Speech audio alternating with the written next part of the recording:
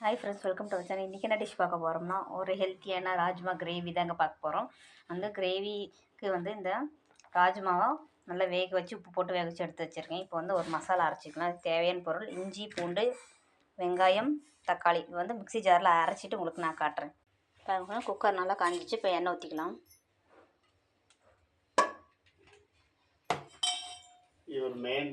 இப்போ நல்லா எண்ணெய் ஹீட் ஆகிடுச்சு. இப்போ நம்ம பட்டை 1, லவங்கம் ஒரு 2, ஏலக்காய் 2, ஒரு 2 வரமிளகாங்க.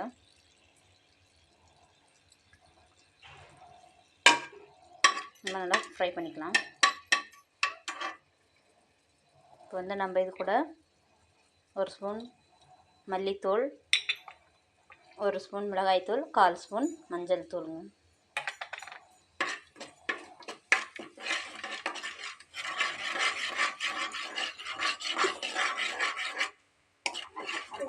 இப்போ அரைச்ச தக்காளி ஆட் பண்ணிக்கலாம்.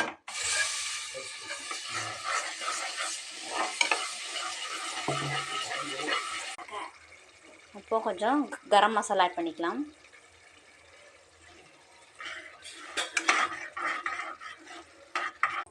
பாருங்க, ஒரு சின்ன தாளிப்பு கரண்டியில் வச்சுருக்கேன். இப்போ நம்ம எண்ணெய் நல்லா ஹீட் ஆகிடுச்சு. இப்போ ஒரு பச்சை மிளகா உடச்சி ஆட் பண்ணிக்கலாம்.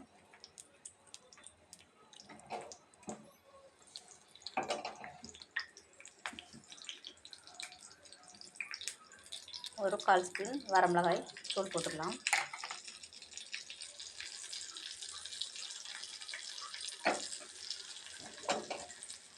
இப்போ எடுத்து இந்த கிரேவியில் மாற்றி ஊற்றிடலாங்க.